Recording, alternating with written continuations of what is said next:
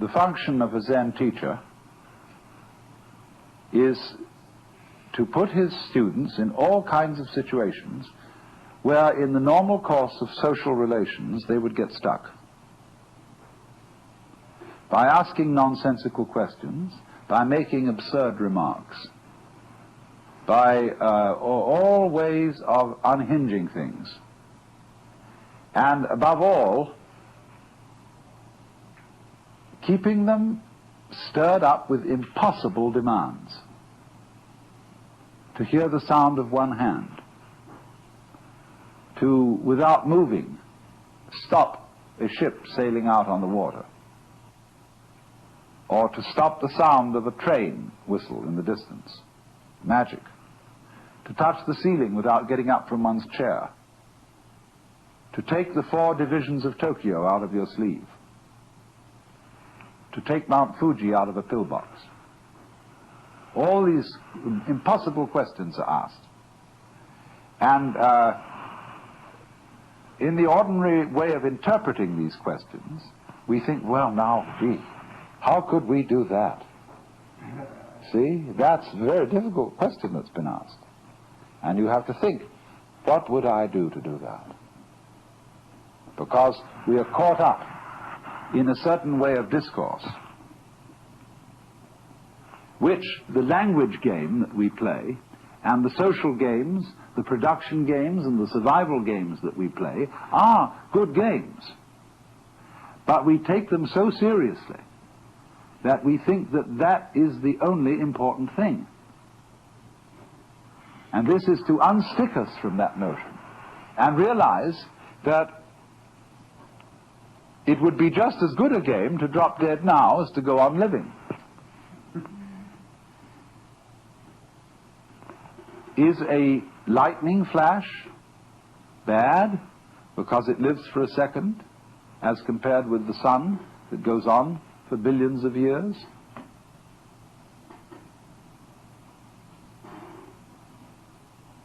You can't make that sort of comparison, because a world of lightning goes also with a world where there's a sun, and vice versa. So long-lived creatures and short-lived creatures go together. That's the meaning of that saying. Flowering branches grow naturally, some short, some long. So this then is a scene in a Zen community where spontaneous behavior is encouraged within certain limits.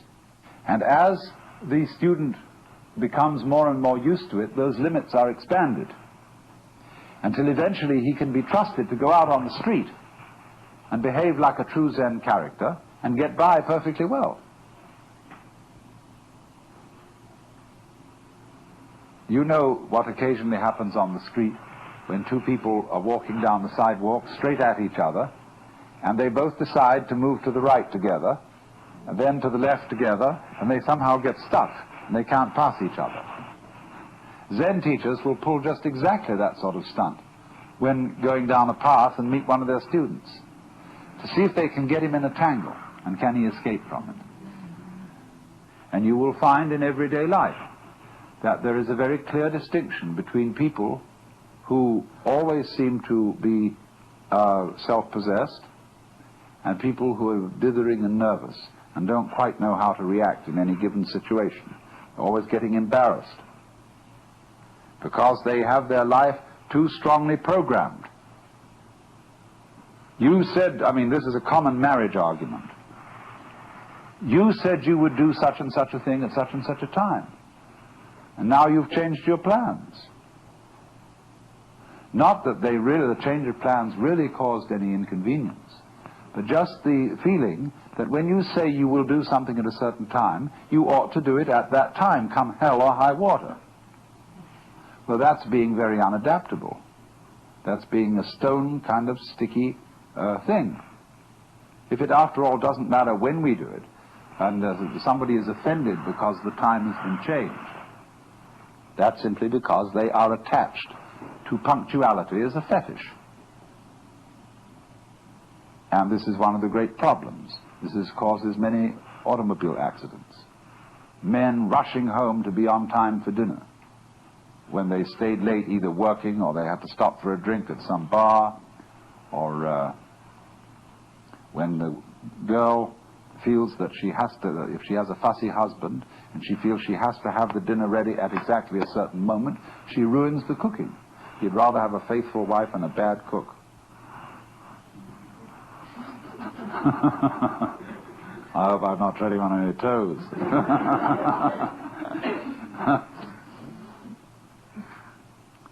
So, you see, we spend an awful lot of energy trying to make our lives fit images of what life is or should be, which they could never possibly fit. So, Zen practice is in getting rid of these images. But it's so explosive socially to do that. And it so worries people. They get vertigo, they get dizzy, they don't know which end is up. And this happens, you know, if you've ever been in one of those blab sessions, where they call them tea groups, I think, or something like that, where the people gather together without any clear idea of what this gathering's about. They know it's somehow self-exploration, but just how do you begin on that? And so somebody starts to push his idea, and then somebody else says, well, why are you trying to push your idea on us? And then they all get into an argument about the argument. And the most amazing confusions come about, but sometimes they all see what idiots they're being, and then they learn to live together in a really open and spontaneous way. There was a very interesting dinner party once where a Zen master was present, and there was a geisha girl who served so beautifully and had such style that he suspected she must have some Zen training. And after a while, when she paused to fill his sake cup, he bowed to her and said, I'd like to give you a present. And she said, I would be most honored. And he took the iron chopsticks that are used for the hibachi, the charcoal brazier, moving the charcoal around. He picked up a piece of red-hot charcoal and gave it to her. Well, she had very long sleeves on her kimono. She whirled the sleeves round her hands and took the hot charcoal, withdrew to the kitchen, dumped it, and changed her kimono because it was burnt through. Then she came back into the room, and after a suitable interval, she stopped before the Zen master and bowed to him and said, I would like to give you, sir, a present. And he said, I would be very much honored. And of course, he was wearing a kimono, something like this. And so she picked up a piece of coal and offered it to him. He immediately produced a cigarette and said, thank you, that's just what I needed.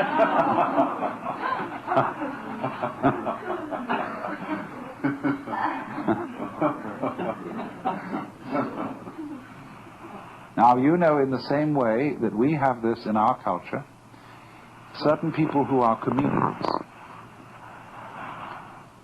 who know how to make jokes and gags in a completely unprepared situation, face them with anything, and they somehow come through. So that is exactly the same thing in a special domain as Zen. Only a master of Zen does this in every life situation. But the important thing is to be able to do this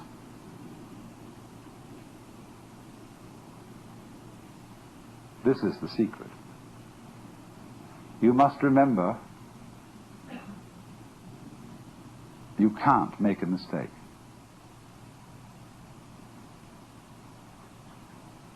Now, that's a very difficult thing to do. Because from childhood up, we have had to conform to a certain social game. And if you're going to conform to this game, you can make mistakes or not make mistakes. And so this thing has gone into us all the time. You must do the right thing. There's certain conduct appropriate here, there's certain conduct appropriate there. And that sticks in us and gives us a double self all our lives long, because we never grow up. Do you realize that the whole of life plays a game, which is a childhood game? There are three kinds of people: top people, middle people, and bottom people. And there can't be any middle people unless there are bottom people and top people. There can't be any top people unless there are middle and bottom people. And so it goes. And everybody's trying to be in a top set. Well, if they're going to be there, there's got to be someone in a bottom set. And the people who do the right thing and the people who do the wrong thing. Here in Sausalito, we have this very, very plainly. There are the right people, the nice people who live up on the hill. Then there are the nasty people who live down here on the waterfront, and they grow beards, and they wear blue jeans, and they smoke marijuana, and whereas the other people on the top of the hill drive Cadillacs and have wall-to-wall carpeting and nicely mowed lawns, and their particular kind of poison is alcohol. Now, the people who live on the top of the hill know that they're nice people. But they wouldn't know they were nice people unless they had some nasty people to compare themselves with. Every in-group requires an out-group. Whereas the nasty people think they are the real far-out people, whereas those people, those hillbillies, are squares. And they wouldn't be able to feel far out unless there were squares. See? These things simply go together.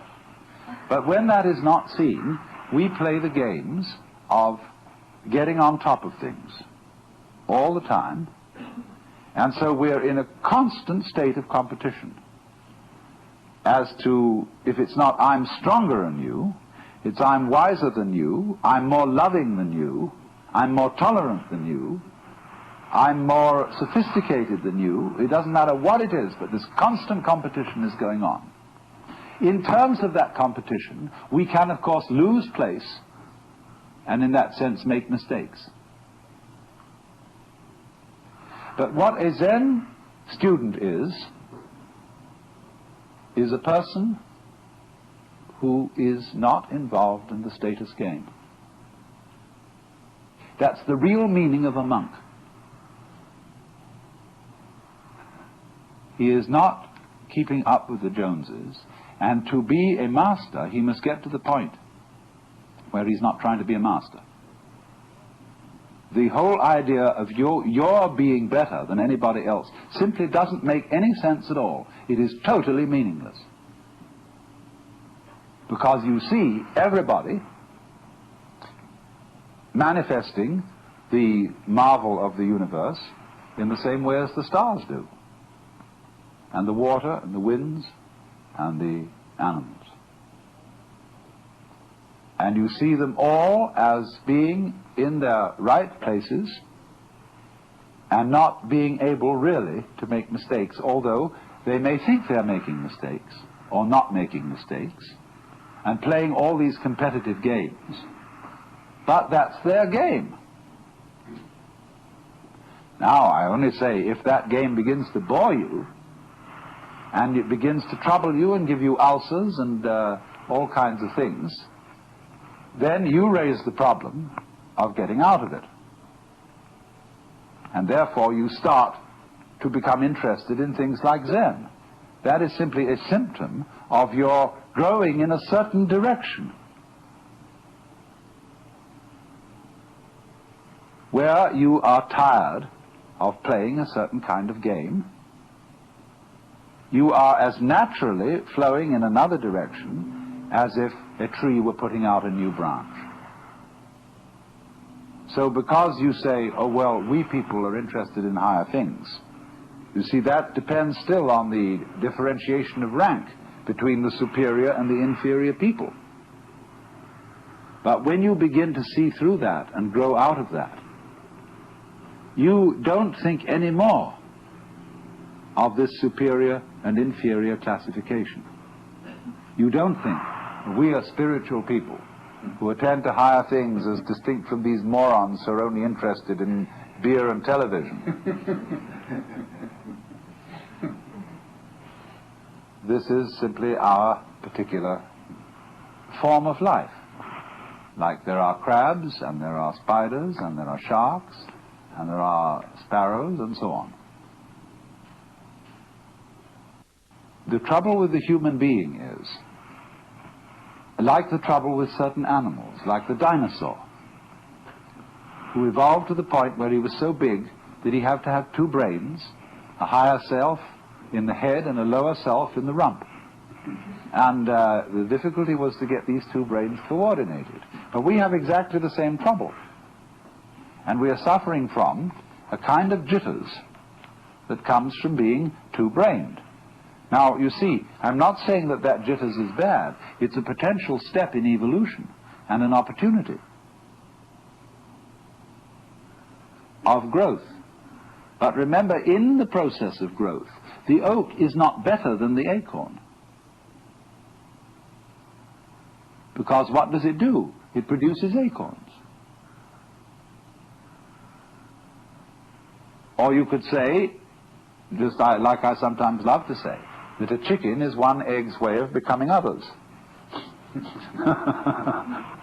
So an oak is an acorn's way of becoming other acorns. Where is the point of superiority? The first verse of that poem I just quoted, the flowering branches grow naturally, some short, some long. The first verse is, in the landscape of spring, there is nothing superior and nothing inferior. The flowering branches are naturally, some short, some long. So that's the point of view of being an outcast, in the sense of being outside the taking seriously of being involved in the social game, and therefore being threatened by making mistakes, of doing the wrong thing. That is to say, of carrying into adult life one's childhood conditioning, where somebody is constantly yammering at you to play the game. So therefore, the preachers and the teachers take the same attitude towards their adult congregations that parents take to children, and lecture them and tell them what they should do, and judges in courts feel also entitled to give people lectures because they say those criminal types haven't grown up, but neither have the judges. It takes two to make a quarrel. So one can begin to think in a new way, in the polarity thinking, instead of being stuck with the competitive thinking of the good guys and the bad guys, the cops and the robbers, the capitalists and the communists, all these things which are simply childishness.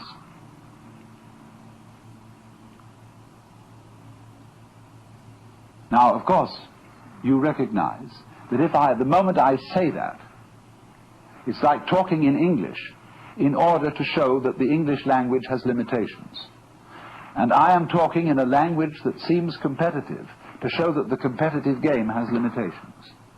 As if I were saying to all you cats here, look, I have something to tell you that is, and if you get this, you'll be in a better position than you were before you heard it. But I cannot speak to this group or this society or this language-speaking culture without using the language, the gestures, the customs, etc. that you have. The Zen masters try to get around this by doing things suddenly that people just don't get. Well, what is this? Therefore, that is the reason why, this is the real reason why, Zen cannot be explained. You have to make, as it were, a jump from the valuation game of better people and worse people, in groups and out groups. And you can only make it by seeing that they all are mutually interdependent. So if we take this situation, let's say I would be talking to you and saying, look, I have some very special thing that you've got to take notice of. Therefore, I am the in-group, and I am the teacher, and you are the out-group. I know perfectly well that I cannot be the teacher unless you come here. And so that my status and my position is totally dependent on you. It isn't something, you see, therefore I have first, and then you get. These things arise mutually. So if you wouldn't come, I wouldn't talk. I wouldn't know what to say even. Because I've borrowed your language. So that is the insight, that things go together. Then, when you see that and aren't in competition, then you don't make a mistake, because you don't dither.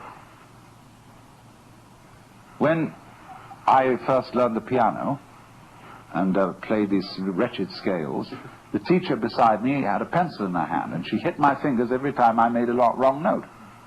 Consequent was I never learned to read music, because I hesitated too long to play the note on time. Because I was always, is this pencil going to land? See? And that gets built into your psyche. And so people are always, although they're adults and nobody is clubbing them around and screaming at them any longer, they hear the echoes of that screaming mama or that bombinating papa in the back of their heads all their life long. And so they adopt the same attitudes to their own children, and the fast continues. Because there is no, I mean, I don't say that you shouldn't lay down the law to children if you want them to play the social game. But if you lay down the law to your children, you must make provision later in life for them to be liberated, to go through a process of curing them from the bad effects of education. But you can't do that unless you too grow up, you see? Unless we grow up. Says I, including myself.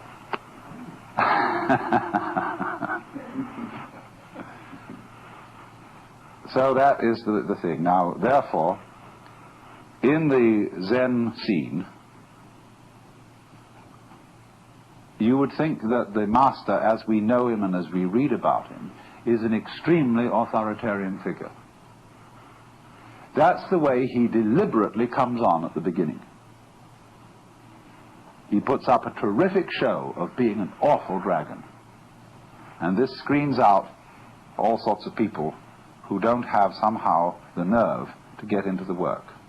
But once you are in, a very strange change takes place. The master becomes the brother. He becomes the affectionate helper of all those students, and they love him as they would a brother, rather than respect him as they would a father. And therefore the students and masters, they make jokes about each other. They have a very curious kind of social relationship, which has all the outward trappings of the authoritarian, but everybody knows on the inside that that's a joke. Liberated people have to be very cool. Otherwise, in a society which doesn't believe in equality and cannot possibly practice it, they would be considered extremely subversive. And therefore great Zen masters wear purple and gold and carry scepters and sit in thrones, and all this is carried on to cool it. And the outside world knows, oh, they're all right. They have discipline, they have order, they're perfectly fine.